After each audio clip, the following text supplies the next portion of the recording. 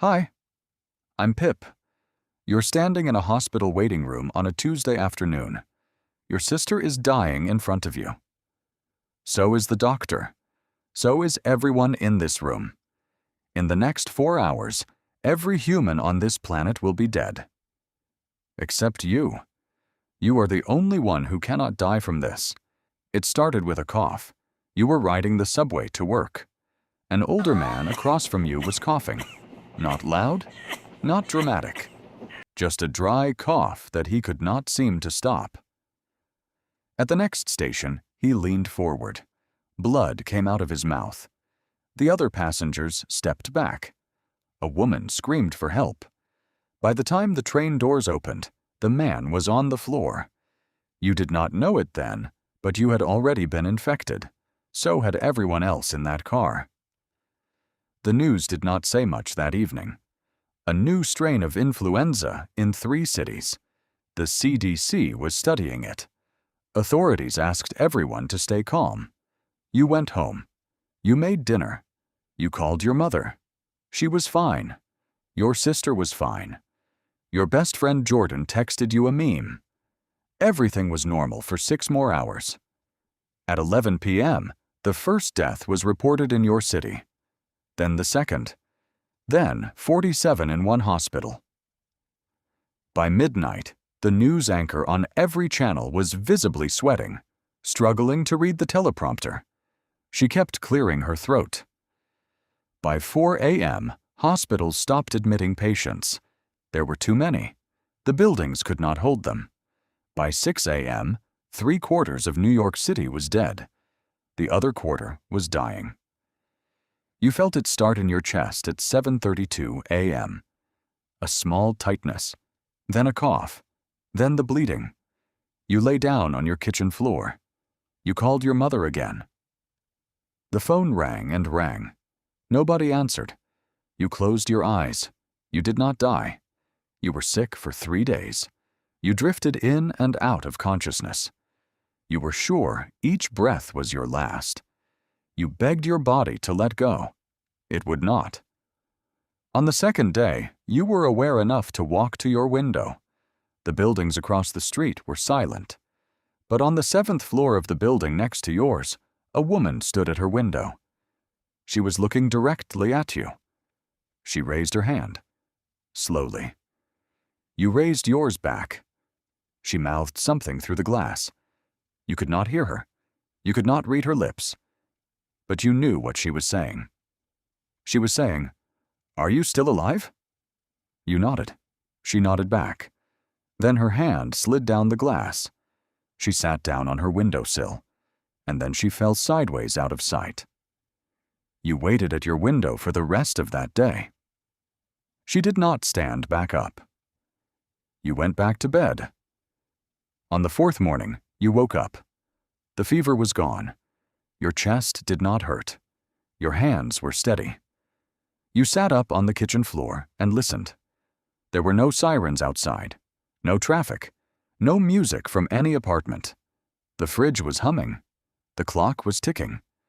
Somewhere, a faucet was dripping. That was all. You stood up. You walked to your front door.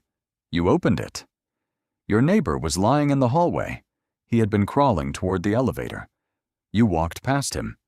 You took the stairs because the elevator did not respond. The lobby was empty. The doorman was slumped behind the front desk, his radio still crackling with static. You stepped outside. Your street was full of cars. Most of them had crashed into other cars or into buildings. The drivers had died at the wheel. One of them, a young man in a delivery uniform, was still leaning on the horn. The sound had stopped hours ago. The battery was finally dead. You walked 3 blocks before you saw your first body in the open. A jogger. She had collapsed mid-step. Her dog was sitting beside her, waiting. The dog looked at you. You did not know what to say to it. So you said nothing. You walked back to your apartment. You sat on the couch. You picked up your phone. You called every person in your contacts. Your mother, your sister, your father, Your best friend Jordan. Your boss. The girl you went on 3 dates with last month. Every call rang. Every call went to voicemail. You waited for somebody to call you back. Nobody did. By the end of day 7, the official number was finalized. 8 billion humans had been confirmed dead. You were one of them in the system. They had marked you as deceased automatically when you did not show up to work for the 3rd day. You opened your laptop. You searched for survivors. 3 websites were still up. All of them said the same thing. You're the only one. You spent the first month looking for other people. You drove from New York to Boston. You stopped at every gas station, every hospital, every shelter. You honked your horn at intersections. You shouted into the silence. You found nothing. In Boston, you broke into a radio station. You learned how to operate the equipment from a YouTube video. You started broadcasting on the emergency frequency. This is Pip. I am alive. I am in Boston. I do not know why I am alive when you are not. If you can hear this, I will wait at this frequency forever. 89.5 FM. I will not leave. You broadcast for 14 days. On day 15, somebody answered. Her name was Lisa. She was in a basement in New Jersey. She had been sick like you, but she had survived. She had been alone for 3 weeks. Her voice was shaking. You told her you were coming to her. You told her to stay where she was. You told her you would be there in 2 days. You drove all night. You drove all the next day. You did not sleep. When you got to her address, you broke down the front door. You called her name. You ran down to the basement. She was on the floor. She had been dead for maybe 6 hours. There was a note next to her hand. It said, "I started coughing again this morning. I'm sorry. I tried." You sat with her body for a long time. You learned that day. You learned what you should have known from the start. The virus did not kill the strong. It did not kill the lucky. It killed everyone except people with a specific genetic mutation. You had it. Lisa did not. Her 3 weeks of survival were a delay, not a cure. The virus was still inside her. It came back. It always came back. You drove back to New York. You spent 6 more months looking. You found 4 more people. Each of them died within 3 weeks of you arriving. Marcus in Pittsburgh. 11 days.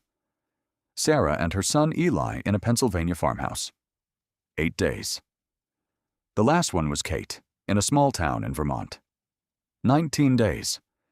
You stood at 4 graves that year. You said 4 names out loud, and then you stopped looking. You started something else instead. You decided to save what humans had made. You drove to Washington. You broke into the Library of Congress. You spent 2 months copying books, films, photographs, and recordings onto every hard drive you could find. You filled an entire warehouse with them. You wrote a message to whatever might come next. You did not know if it would be aliens or new humans or animals that someday learned to read. You did not care. You just wanted somebody to know we had been here. You recorded a video. You sat in front of a camera and you said, "My name was Pip. I am the last one." If you're watching this, if you are alien or animal or some new kind of human I cannot imagine, please remember this one thing.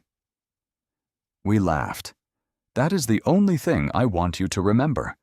We were afraid, and we were cruel, and we hurt each other, and we hurt the world. But we laughed. Please don't forget that we laughed. You uploaded the video to every server you could access. You stored copies on every device you found. A year later, the power started failing. The grid had been running on automated systems. Without humans to maintain it, the systems slowly broke. New York went dark first, then the East Coast, then the rest of the country. Within 18 months, every light in North America was out.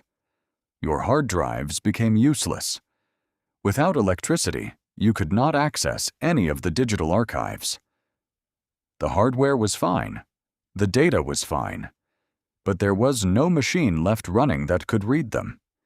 You did not panic. You started copying books by hand. You spent 3 years writing.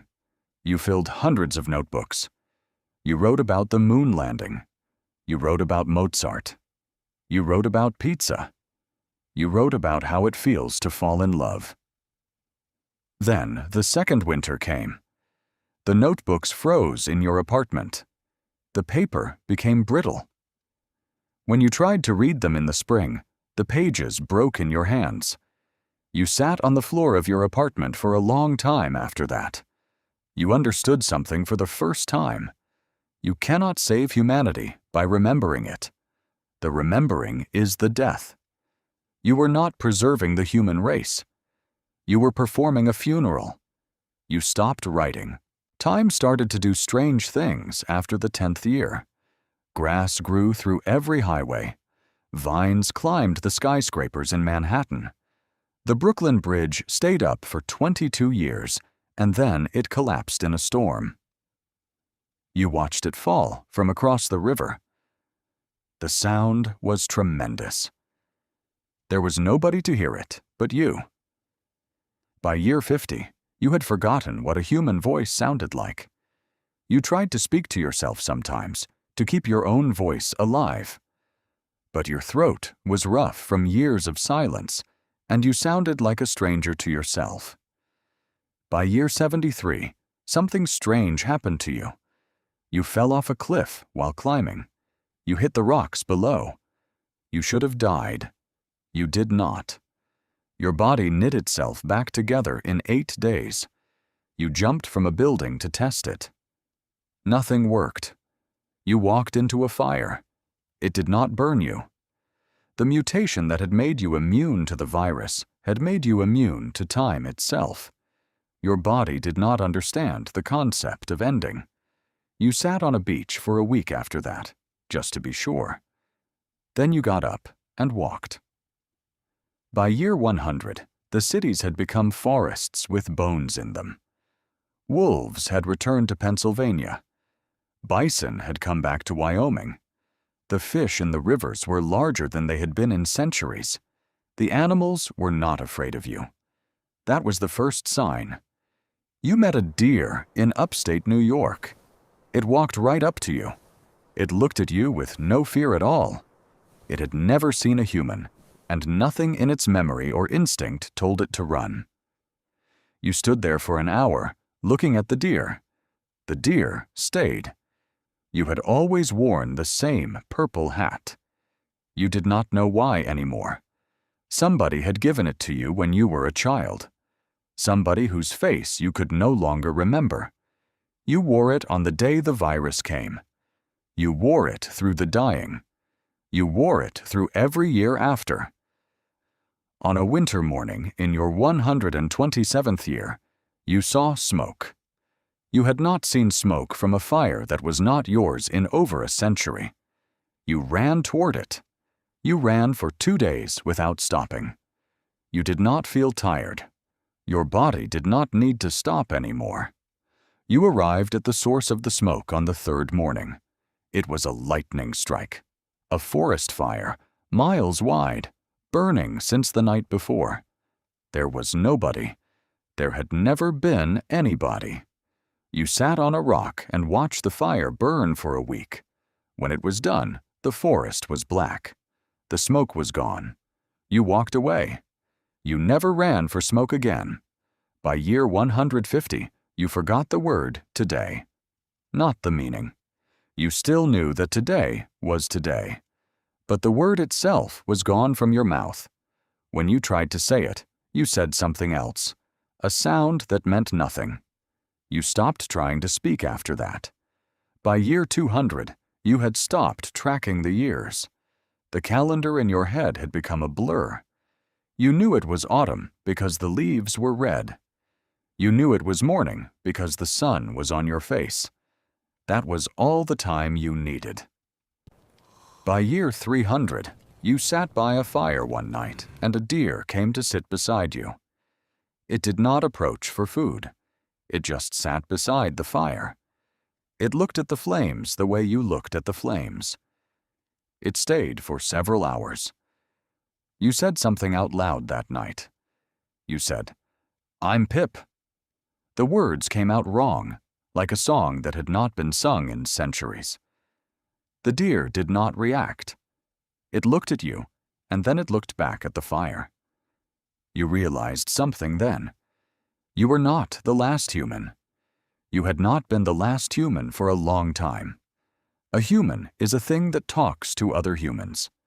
A human is a thing that loves and remembers, and forgets, and dies. You did none of those things anymore. You were something else now. You did not have a name for what you were.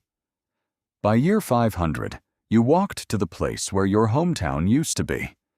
There was no town anymore. There was a forest.